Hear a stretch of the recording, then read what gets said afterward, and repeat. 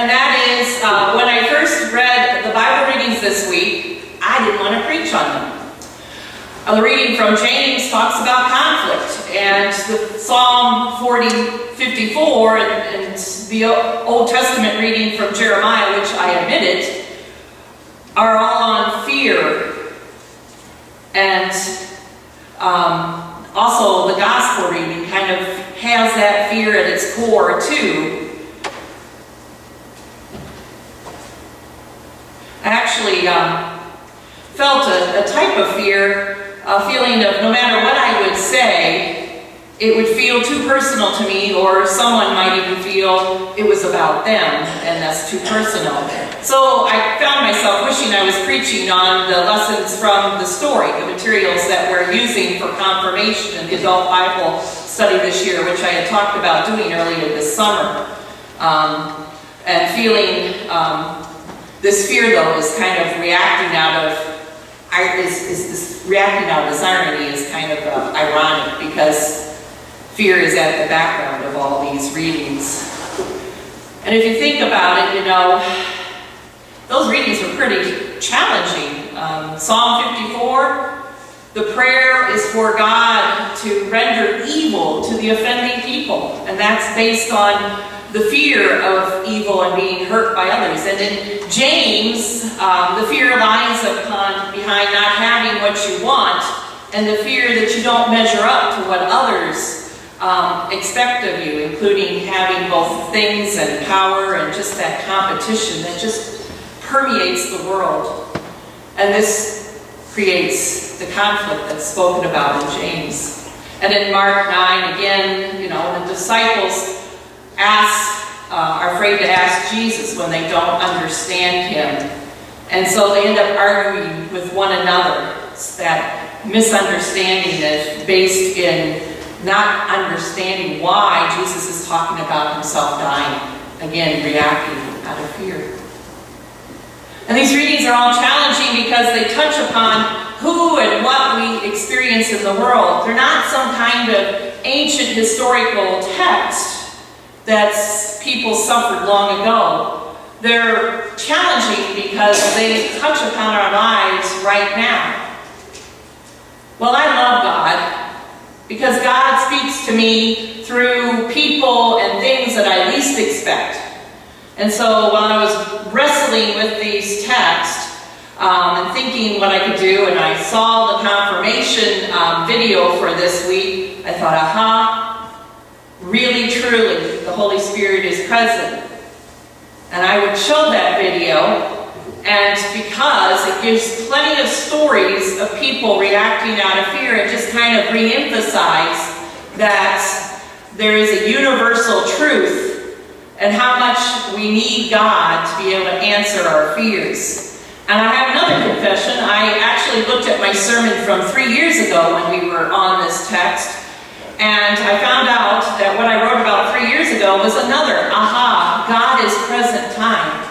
I had been listening to the radio that week, and I heard a program on NPR called Fresh Air, where they were interviewing Pastor Nadia Bolz-Weber about a new book that she had just written, Accidental Saints Finding God in All the Wrong People, which is exactly what the gospel is about. I mean, that's what Jesus was talking about. You know, can you find God? Can you find who you're supposed to be? And Jesus picks up this child and places it on.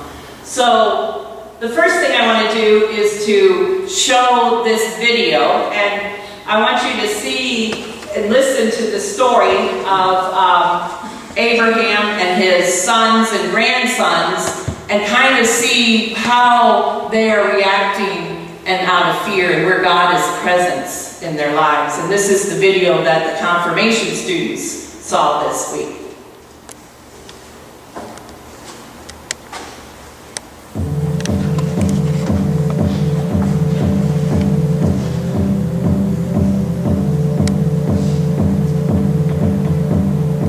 There once was a man named Abram, who was a descendant of Noah. God told him to move with his wife Sarah, an entire family, away from where they lived. God made a promise: I will make you into a great nation and bless you. and all of the people on earth will be blessed through you." So Abram and his family left. At one point, they stopped and God told him to look around. "All the land that you see, I will give to you and your children." Then, one night, God took Abram outside. "Look up and count the stars. This is the number of children you will have." But Abram was already 75 years old, and Sarai was way too old to have children. So they decided that Sarai's servant Hagar should have Abram's child. Hagar became pregnant and gave birth to a son named Ishmael. Yet God told Abram again, "You will be the father of many nations." God changed their names to Abraham and Sarah and promised that it would be through Sarah that God's blessing would come. Exactly as God promised, Sarah became pregnant, giving birth to a son named Isaac. When Isaac was still a young boy, God told Abraham to take his son up on a mountain and sacrifice him. Abraham took Isaac, laid him on an altar, and took out his knife to kill him. But an angel stopped Abraham, and God provided a ram to sacrifice in place of Isaac. Years later, Abraham and Sarah died and left everything they owned to Isaac. Isaac married and had twin sons, Jacob and Esau. Esau was Isaac's favorite, and as the oldest, he was set to gain his father's inheritance. But Jacob wanted the inheritance, so he came up with a scheme to trick his father, who was now old and blind, into promising it to him. He dressed in Esau's clothes and put animal skin on his hands, because Esau's hands were very hairy. Confused, Isaac gave his blessing to Jacob and promised him the inheritance instead of Esau. This caused a huge fight, one that almost ended in murder before they went their own ways. Thankfully, they reunited, and God promised to bless Jacob's family. Jacob had 12 sons of his own, and like his father and grandfather before him, Jacob had a favorite son. Little did Jacob know that his favoritism would put his son, Joseph, in danger of being killed by his own brothers.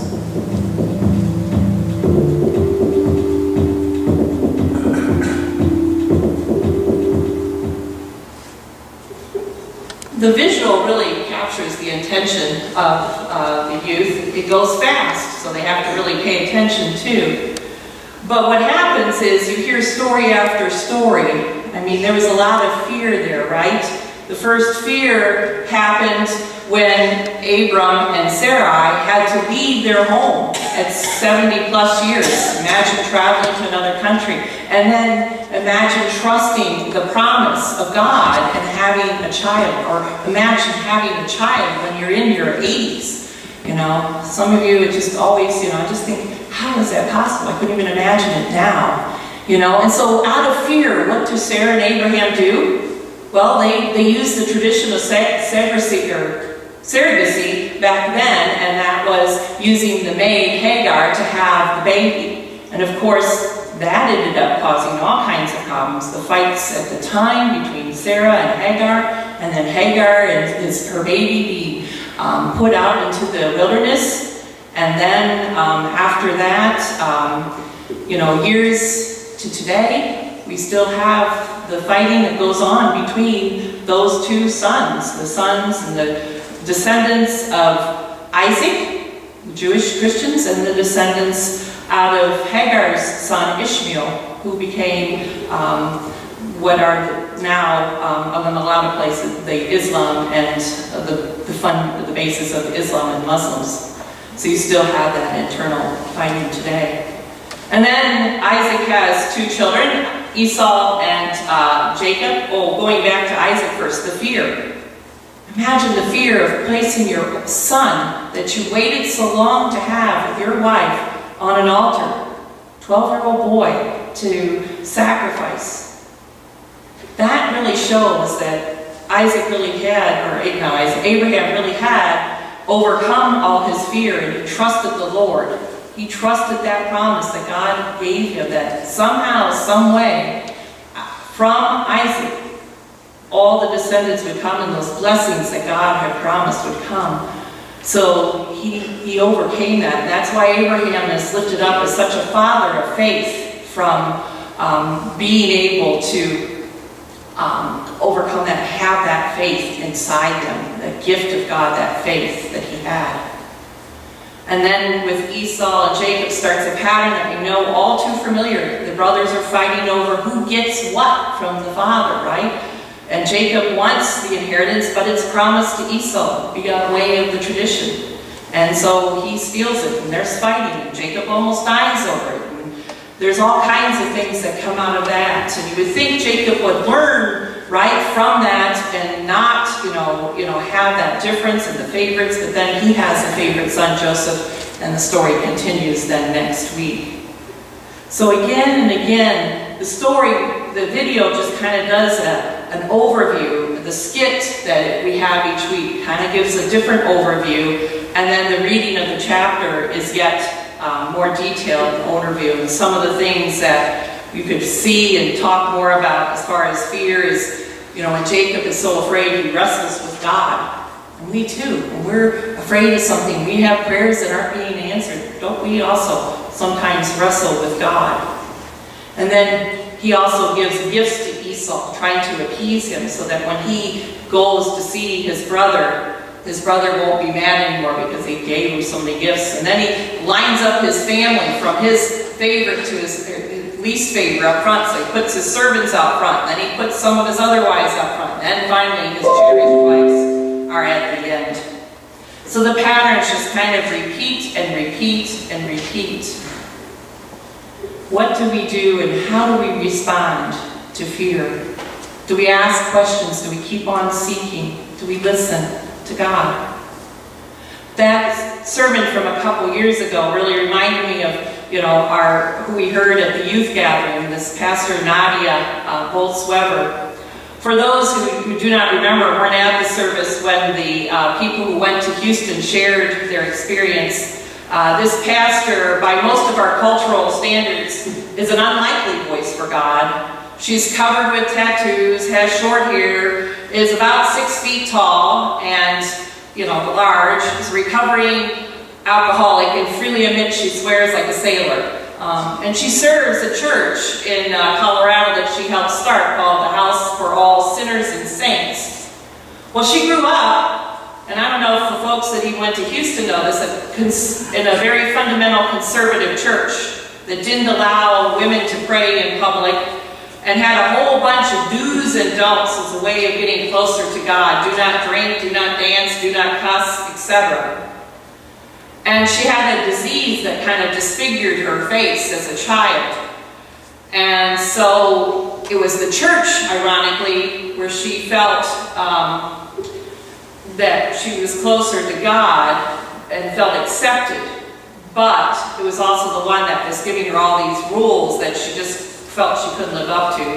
And she ended up rebelling, becoming an alcoholic, ended up in AA, and eventually discovered this Lutheran church and our theology and just the experience of God. And in that, God gave her a call to preach. And it's a great call story. She was a stand-up comedian and asked to preach, or she felt moved to speak up at a fellow comedian and friend's funeral, a friend that had committed suicide. And at the service, she felt compelled to talk about Jesus, even though she hadn't been, she kind of drifted away from all that.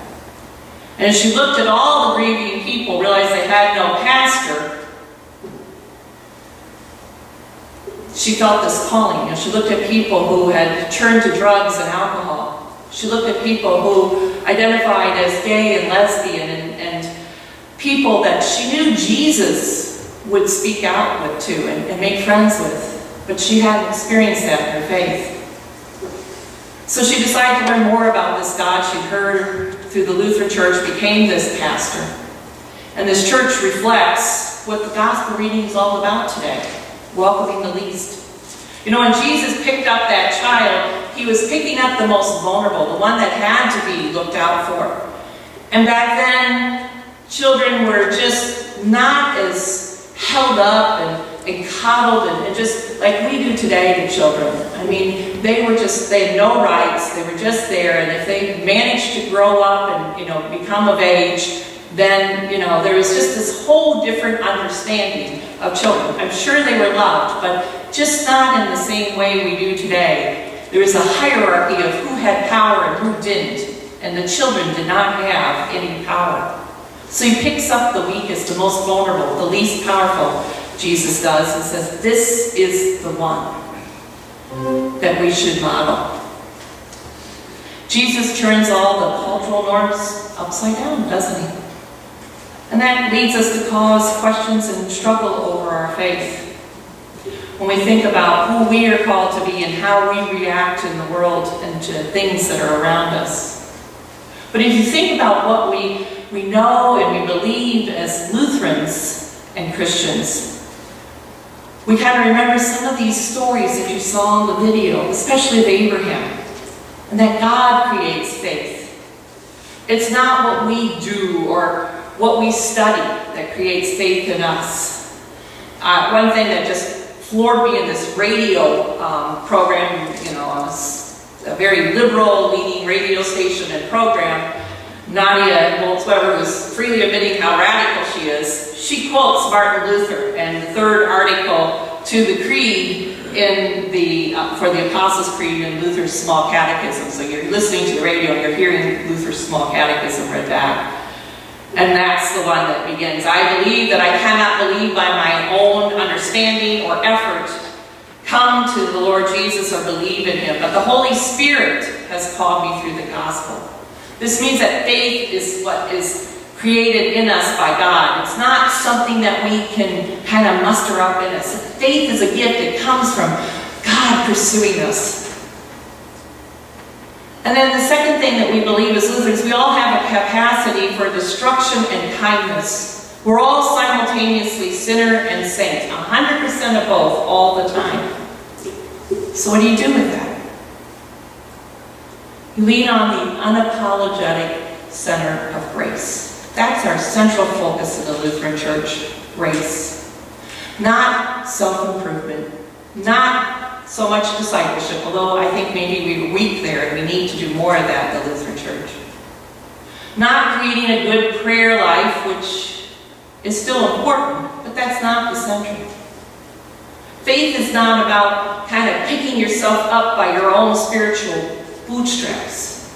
Grace is God interrupting your life and just having yourself opened up to receiving that grace. Allowing yourself to be like that child, vulnerable to that love, willing to accept that grace from others. And then finally, there's this theology of the cross, and I know that's a technical term, but that's what we call it, and it's God present in suffering, thinking of God and Christ on the cross, and in our suffering, we feel that God is absent. I hear it all the time, and I've seen it in my own life in seminary, and just this week I had someone come to me and talk to me about that. How God felt so absent. But that's when God is present. That's when God came to us and said, look, I'm willing to go to the cross and die. That's why the disciples didn't want to hear that, right? They wanted a hero. They wanted someone who would do those things and lift us up and show us that grace and that love from a point of power, from a point of, like the psalm, letting our enemies have it and let's get on, let's have that. But that's not who Christ is. He knows that suffering. If you think about that, one of the things I teach, especially in first communion class, and it happened last week, talking about Jesus being God.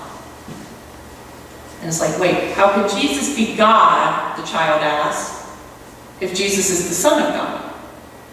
It's like, yes, he is, both, right?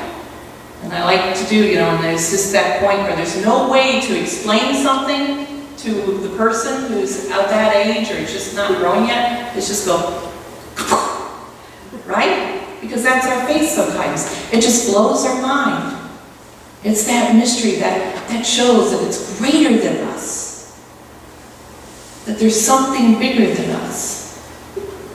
But yes, God who is that great, God who comes to us, is also fully human. Think of God dying on the cross. Again, to be totally one with that suffering and death on the cross. Really knowing, sure, somehow Jesus is fully God and fully human. But that fully human side had to be full of fear. Not knowing, just wondering, what is this experience going to be like? Because he's fully human. He had to have that, even though he had God too, right? That it would be okay. So it's like that trust that Abraham had, that he could take the knife and almost kill Isaac, knowing that somehow, some way God was going to see him through that moment, and did it. The ram was provided. The angel stopped him. But that somehow, some way, when you're at that moment where, what in the world is going on with my life? What am I going to do next? The wondering, the questioning. What more is there? Is there something bigger than me? To think of Christ on the cross, knowing and questioning that, but having that knowledge that beyond this, there's going to be something greater. Not only for him, he's already God, he already has all that, but for each and every one of us. That's why we focus on the grace. That's why we keep turning to Jesus. Keep asking the questions. Keep showing up for one another. Keep forgiving one another. Keep pouring up grace. Keep moving forward. Amen.